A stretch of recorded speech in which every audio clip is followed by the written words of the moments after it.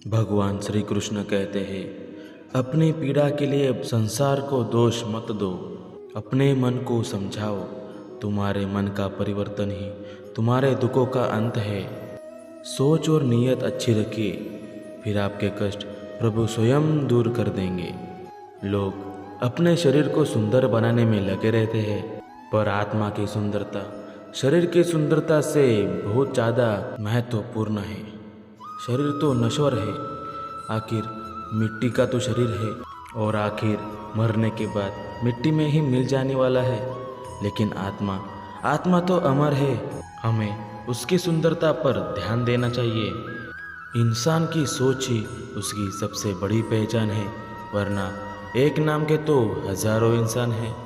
उस इंसान का मंजिल से भटक जाना तय है, जिसके संगत में नकारात्मक लोग रहते हैं। समय कभी भी एक समान नहीं रहता है। आज दुख है तो कल सुख भी आएगा, और कल सुख है तो परसों दुख तो आना ही है। ये तो स्वाभाविक है। आपको पूरे धैर्य से जीवन जीना चाहिए। श्री कृष्ण पर भरोसा रखना चाहिए, वो कभी आपके साथ बुरा नहीं होने देगा। ये 5 चीज़ें अभी से छोड़ दो।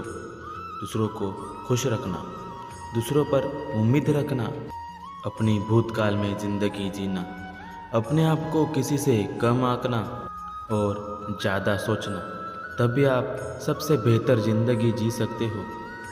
आजकल किसी के गुणों से ज़्यादा उसके रूप, रंग और कपड़ों को देखा जाता है। बस एक बात याद रखना, रूप, रंग और कपड़े एक न एक दिन धोखा दे ही जाएंगे, पर जिसमें सच्चे गुण हैं वो हमेशा साथ निभाएंगे। जब आप धन कमाते हैं तो घर में चीज़ें आती हैं। जब आप किसी का आशीर्वाद पाते हैं तब धन के साथ घर में खुशी, प्यार और अच्छी सेहत भी आती है। सिर्फ धन से ही नहीं, मन से भी अमीर बनो, क्योंकि मंदिरों में स्वर्ण कलश कितने भी लगे हो, नतमस्तक तो पत्थर के सीढ़ियों पर ही होना पड़ता है। यदि कोई मनुष्य आपके साथ बुरा कर रहा है तो उसे करने दो, यह उसका कर्म है और समय उसके कर्मों का फल अवश्य देगा। लेकिन हमें कभी भी किसी के साथ बुरा नहीं करना चाहिए, क्योंकि यही कर्म है और यही धर्म है। एक बात याद रखना, भोजन की कीमत भोग के समय होती है और भगवान की कीमत दुख के समय। भगवान श्री कृष्ण कहते हैं, क्षमा दुनिया का सबसे कीमती शब्द है, लेकिन उसका इस्तेमाल कब, कैसे और कहाँ करना चाहिए ये बहुत महत्वपूर्ण है।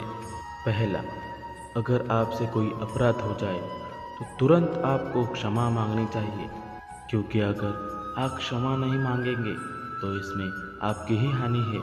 क्योंकि क्षमा न मांगने से अपने अंदर एक अहंकार जागता है और अहंकार आपकी हानि ही करेगा।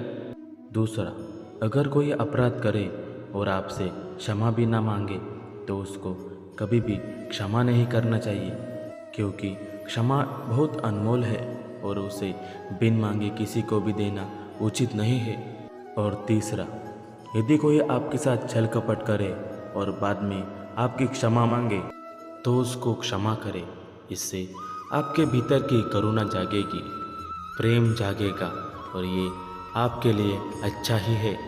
और चौथा, अगर आपसे कोई अपराध हो जाए तो तुरंत आपको क्षमा मांगनी चाहिए।